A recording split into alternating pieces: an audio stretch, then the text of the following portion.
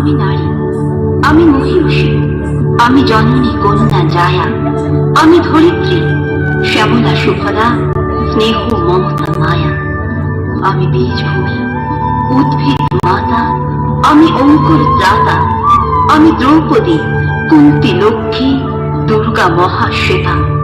মনন মনীষা প্রতিভা সবার জন্ম আমারই গর্ভে, সভ্যতা গড়ে সভ্যতা ভাঙে আমারই নানান পর্বে। তবু আমি কাঁদি, আমি ব্যথা পাই যুগ যুগান্ত ধরে, আমি সৃষ্টি তবু ধ্বংসের হাহাকার বুক ভরে।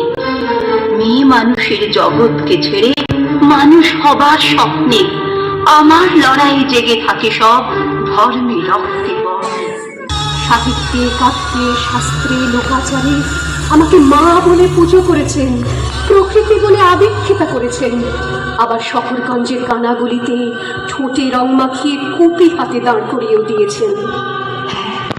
আমি সে একদিন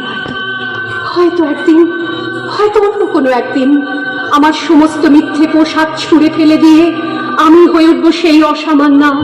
খোলা চুল, মেঘের মতো থাকবে আমার খোলা পিঠ, দু চোখে জ্বলবে ভীষণ আগুন, কপাল ঠিকরে বেরোবে ভয়ঙ্কর তেজরশ্মি, হাতে ঝলসে উঠবে সেই খড়গ, দু পায়ের নুপুরে বেজে উঠবে রণদুন্দুভি, নৃশংস অট্টহাসিতে ভরে উঠবে আকাশ। দেবতারাও আতঙ্কে স্তব্ধ হয়ে বলতে থাকবে,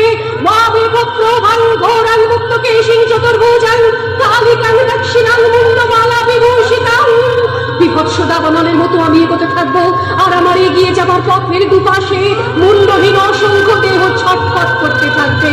সভ্যতার দেহ, প্রগতির দেহ, উন্নতির দেহ, সমাজের দেহ। হয়তো আমি সেই মেয়ে, হয়তোবা गिरिनन्दिनि नन्दितमोदिनि विश्वविनोदिनि नन्दिनुते गिरिवरविन्ध्यशिरोदिनि वासिनि विष्णुविलासिनि जिष्णुनु